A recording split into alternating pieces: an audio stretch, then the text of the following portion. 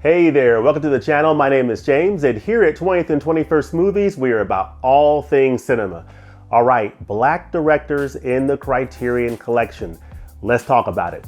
This is a topic that I have really been thinking about for some time, and coming on here and sharing my thoughts of what I think about this particular area. And I think there's no time like the present, so I'm here talking about it. This is going to be sort of a casual conversation that I just want to just put out there what I think about this particular area. And I really want to hear from you what you think about this as well, because I think this is really, really important. I've been doing this YouTube thing here for about 2.5 years. I started this channel back in August of 2020, and I put the first video out, I think, August the 25th of 2020. And of course, we know what was going on in 2020, the thing that will not be named. But in any event, I started in August 2020.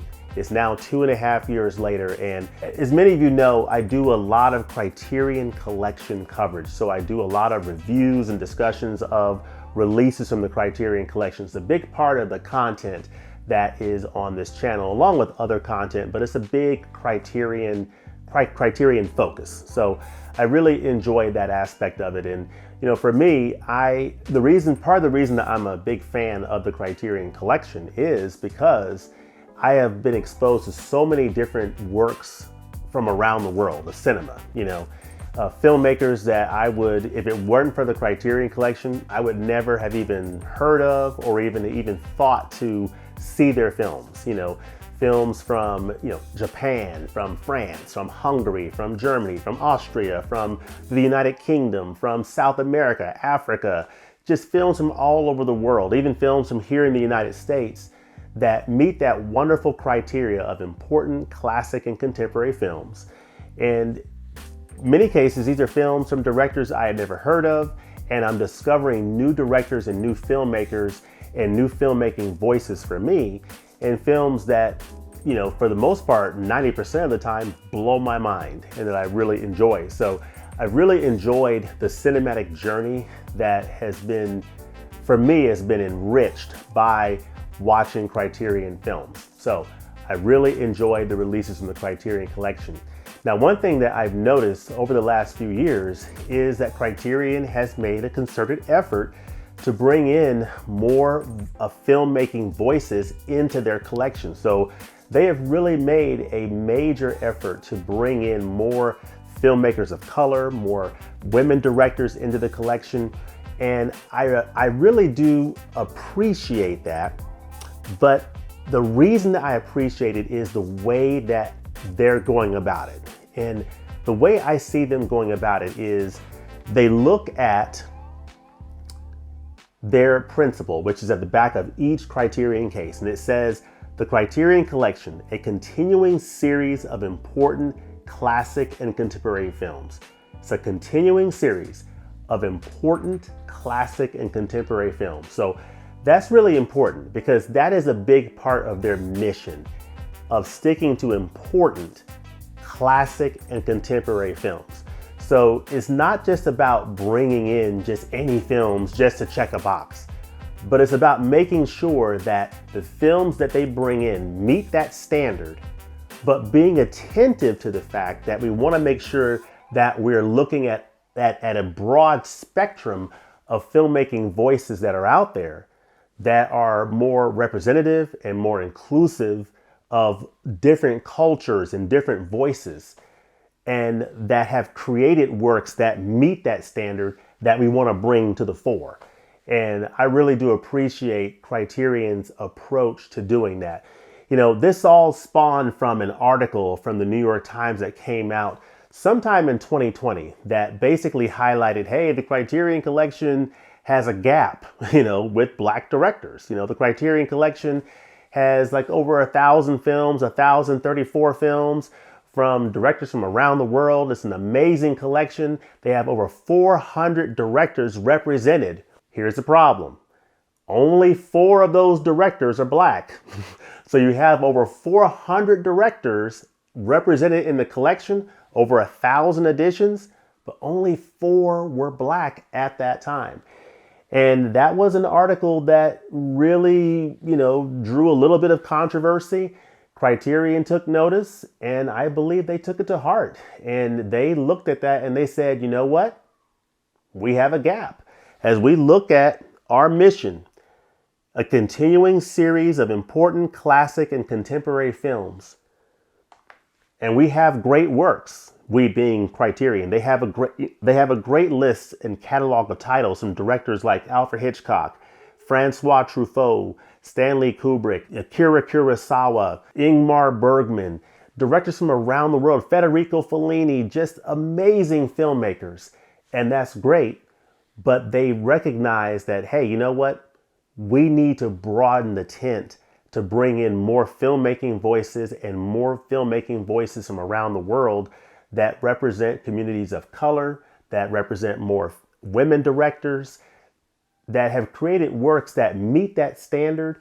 We need to make sure we're bringing more of those works to the fore so that we have a catalog that is more broadly representative of some of the great filmmaking voices out there. So ever since 2020, they've made that concerted effort, and they have, I think, in my honest opinion, I think they've done a really nice job, and I want to highlight a few of these directors right here in the category of filmmakers of color. And they've come a long way in the last 2.5 years. And, I had started my channel in August of 2020. And over the whole time that I've been doing this on YouTube, I've just noticed that Criterion has just continued to bring more and more filmmakers of color into the catalog. But as I said before, it's not just about bringing in filmmakers of color, but making sure that the works that those filmmakers have done meet that standard. And I think they've done an amazing job of doing that. So I want to highlight some of these directors that I have here. And these are directors that have come into the collection ever since 2020. These are new Black directors in the Criterion Collection since 2020. Of course, we all know Spike Lee, Do the Right Thing, has been in the collection for a number of years, but these are more filmmaking voices that have entered in. And then I'll touch on a few women directors that have come in the collection since that New York Times article. So at the time of the New York Times article, there were only 4 Black directors out of 400 in the collection. What has been added since? Well, let's just take a look at a few titles. Mr. Melvin Van Peebles, Essential Films, an amazing set. I need to finish going through this set. Osman Sembin, he was already in the collection with Black Girl, which I think came out in 2017 or 2019, but Mandabi came out, or The Money Order came out in 2021. An amazing film. Love this film. Gina Prince Bythewood, Love and Basketball. Great film. Of course, you see the screen up here with Omar Epps and Sana Lathan. Mr. Bill Duke, I love his interviews on this edition. Deep Cover, starring Lawrence Fishburne and Jeff Goldblum. Fantastic. Great stuff. Michael Schultz, one of the last editions to come out last year was Cooley High, and this is a great one. Of course, Spike Lee, he's already in the collection, but Malcolm X was recently released last year on a brilliant 4K Ultra HD release. Casey Lemons, Eve's Bayou. This is one of my favorite editions from last year. Absolutely phenomenal. This is great. This is a wonderful, wonderful film from director Jessica Bashir, Mexican-Ethiopian director Jessica Bashir. A hypnotic film, Faya Dai. Wonderful film. Mr. Sidney Poitier, classic film actor, one of the greatest actors of all time. His directorial debut was Buck and the Preacher. So this is his first film he directed from 1972. It starred him and Harry Belafonte. The interviews that are on this edition are worth the price of admission alone. Just fantastic. Great edition. Mr. Carl Franklin, Devil in a Blue Dress. This wonderful 4K Ultra HD. Great film, starring Denzel Washington. Alrighty. Mr. Gordon Parks entered the Criterion Collection with these 2 amazing films, The Learning Tree that came out at the end of 2021, and Shaft that came out on 4K Ultra HD last year in June. I believe June of last year. Fantastic, or maybe at the end of May. This is a wonderful film from director Ekwa Masanji, Farewell Amor. Wonderful, wonderful film. Theodore Witcher has only directed one film, one feature film, and it is a great one, starring Nia Long and Lorenz Tate. It is Love Jones. The Asiri brothers made this amazing film, Ari and Chuko Asiri. Iamofe, This Is My Desire. Really nice film. Beautiful film. Regina King's directorial debut is One Night in Miami, and it's a wonderful film. All right, one of the best 4K Ultra HDs is from 2021 is one of these early 4K releases from Criterion, and it's the Hughes Brothers' Menace to Society, starring Lorenz Tate. This is an explosive release right here, folks. This is so good, so good. I believe this had a Laserdisc release back in the day, but now it's out on 4K Ultra HD, and it is one of the best that you can pick up from the Criterion Collection. So yeah, so those are some amazing films from Black directors that have come out since 2020. At the time, there were only 4 Black directors in the collection. Now there are well over 20 in the collection. So, you know, certainly making progress in that regard. And then not only have they brought in more filmmakers of color in the collection, but they've also brought in more films about Black stories. And these are stories that are basically Black stories, but from non-Black directors. One of those is this wonderful film here, Claudine, starring James Earl Jones and Diane Carroll. Love this film. It's from the 1970s. And I love films from the 1970s, New York City. That's one of them. Love it. Love it. This film from Bertrand Tavernier features Dexter Gordon as a jazz musician around midnight. Wonderful. Mira Nair, Indian director Mira Nair directed this film starring Denzel Washington and Sarita Chowdhury, Mississippi Masala. So love that. Love that. And then, of course, I'm talking about Black directors in the collection, but I would be remiss if I did not mention the fact that Criterion is also making that concerted effort to bring in more women directors in the collection, which I absolutely applaud. And these are some additions from some amazing women directors. Claudia Weil, Girlfriends. This is one of the best releases to come out in 2020. Absolutely phenomenal release. Love this film. Amy Heckerling.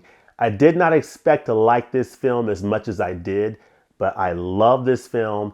She directed it based on a screenplay by Cameron Crowe. It's Fast Times at Ridgemont High. This happens to have one of the best soundtracks you'll ever hear. It is a banging soundtrack. Fast Times at Ridgemont High. And the story itself is deeper than I expected. I did not expect it to go to the depths that it went to. Joyce Chopra's Smooth Talk. Laura Dern's feature film debut, acting debut. Wonderful film. Of course, Miss Dorothy Arzner, Merrily We Go to Hell, came out since 2020. Fantastic release. She also has a Dance Girl Dance, which came out, I think, earlier in 2020. And then these two films from these two amazing directors that came out in 2022 that I want to highlight. Of course, you have one film here from 1975 from Marta Mészáros, prolific Hungarian director Marta Mészáros's Adoption, and Anh Huy's wonderful film Boat People about Vietnamese refugees after the Vietnam War. This is a wonderful film. These are two amazing films from women directors, and just, part of how Criterion has highlighted female directors and made that concerted effort to be just more inclusive and representative, whether it is talking about Black directors, filmmakers of color, women directors. I really do appreciate the efforts that Criterion has done in that regard. But let me know in the comments section below, what do you think about this particular topic? It's a topic that I think deserves to be talked about and brought to the fore because, it's important. I mean, this is a great collection, and I think that over the years that collection is getting even better as it is being more representative of the great filmmakers that are out there. In addition to the Black filmmakers I talked about, based on what I have in my collection, there are some other directors I want to bring to your attention. Dee Rees's Pariah came out recently from Criterion. I have not picked that one up yet. Also, the works of Marlon Riggs, that set. I do not have that set yet. Time from Garrett Bradley came out, I believe, in 2021 or 2022. That is one I need to pick up. Recently, earlier this year, a release came out from director Lebanon Jeremiah Mosesi. And this is not a burial, it's a resurrection. So this is a film that is from Lesotho, South Africa. It says Lesotho, South Africa, and Italy, but it's from Black director Lebanon Jeremiah Mosesi. So I have not picked this one up yet, but that's one I want to highlight. And then of course, this coming Tuesday, as of the time I'm recording this video, this coming Tuesday, Robert Townsend's Hollywood Shuffle is coming out, and very excited about that particular title. And I believe in April, we have Small Axe, that collector's set, which is from director Steve McQueen, who has in the collection already Hunger. So those are some other titles that you'll want to keep in mind. But let me know in the comment section below, what do you think about this topic? Do you feel like Criterion's efforts to be more inclusive and representative, do you feel like it's enough, or do you have a different point of view? So the purpose of this video is not to, get into, political discourse on this topic. It's just to simply highlight Black filmmakers in the Criterion Collection and how I personally think Criterion has done a nice job of broadening the tent and being more inclusive and representative in that area. But I want to hear your thoughts in the comment section below. And as always, thanks for watching, and we look forward to seeing you next time in the movies. Peace.